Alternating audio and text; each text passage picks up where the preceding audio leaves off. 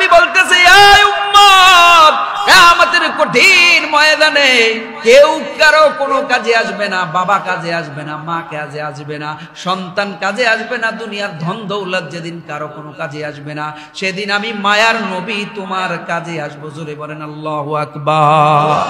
আল্লাহ কোরআনের মধ্যে বলে, ইয়াউমা ইয়াফিরুল মারউ মিন আখিহি,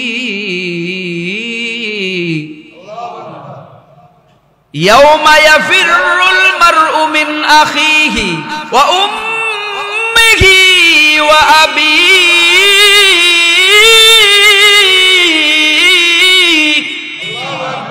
সেদিন তোমার মা এবং বাবা, ছেলে সন্তান, ভাই ব্রাদার সবাই শুধু ভাগবে ভাগবে, একজন মানুষই থাকবে, তার নাম হলো মুহাম্মদ আরবি সাল্লাল্লাহু আলাইহি ওয়াসাল্লাম।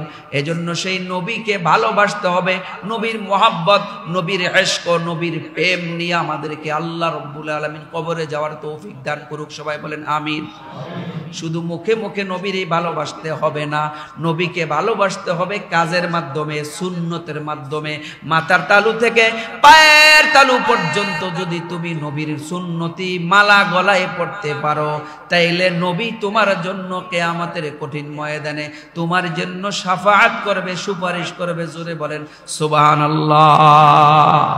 এ মায়ের নবীর উম্মত, হাদিস শরীফের মধ্যে আসছে, ওযু করার পর কেউ যদি আসমানের দিকে তাকাইয়া সাক্ষী দেয়, আশহাদু আল্লা ইলাহা ইল্লাল্লাহু ওয়াহদাহু লা শারীকা লা ওয়া আশহাদু আন্না মুহাম্মাদান আবদুহু ওয়া রাসূলুহু, কালেমা শাহাদাতের মধ্যে আছে, তারপরে আত্তাহিয়াতুর মধ্যে আছে সাক্ষ্য দেওয়া, আশহাদু আল্লা ইলাহা, আশহাদু আল্লা ইলাহা ইল্লাল্লাহ বলে আমরা আঙ্গুল উঠাই।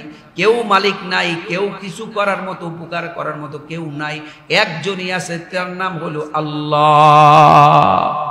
আশহাদু আল্লা ইলাহা ইল্লাল্লাহ, কি বলি আমরা? ইল্লাল্লাহ মানে কি? কেউ নাই, একমাত্র কে ছাড়া?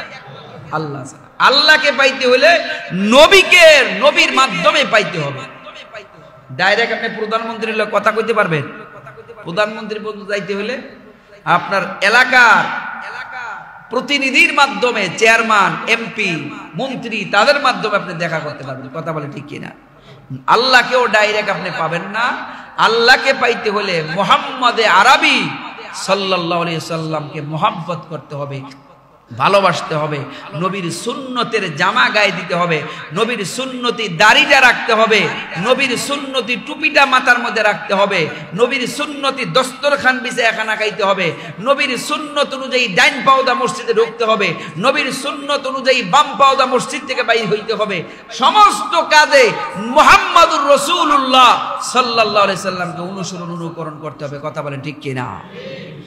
আল্লাহ কোরআনের মধ্যে বলে, কুল ইন কুনতুম তুহিব্বুনাল্লাহ, কুল ইন কুনতুম তুহিব্বুনাল্লাহ,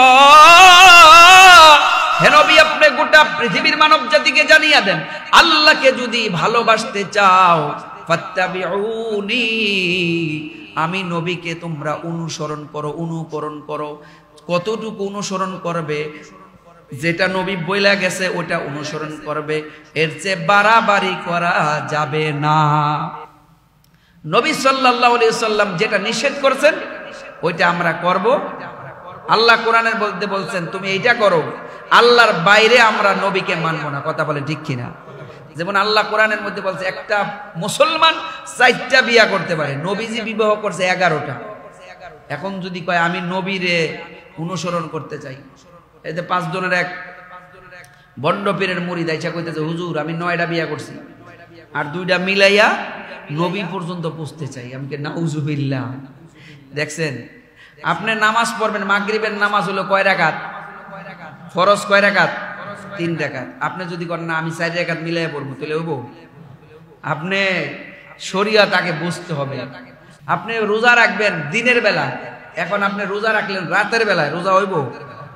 আপনি রোজা রাখলেন যেই 5 দিন রোজা রাখা নিষেধ ইসলাম, যে কুরবানির ঈদের 3 দিন, তার পরের দিন আর ঈদ উল ফিতরের এই 5 দিন রোজা রাখা ইসলামী শরীয়তে হারাম। আপনি কইলেন না আমি এত বুজুর্গ হইছি, এই 5 দিনও রোজা ছাড়তাম না, আপনার রোজা হবে? আপনি মাথা ঠিক রেখে ইবাদত করা লাগবে। কথা বলে ঠিক কিনা? জোশের পাগল হুশ নাই, আমাদের দেশের মানুষ শুধু ইবাদত করলেই হবে না, নবীকে কোন কোন জায়গায় অনুসরণ করতে হবে, কোন কোন জায়গায় নবী বলছে এই জায়গায় আমার অনুসরণ করার দরকার নাই। যেমন বুখারী শরীফের হাদিসের মধ্যে আসছে, নবী সাল্লাল্লাহু আলাইহি সাল্লাম জীবনে একবার অথবা দুইবার দাঁড়ায়া দাঁড়ায় পেশাব করছে বিভিন্ন সমস্যার কারণে।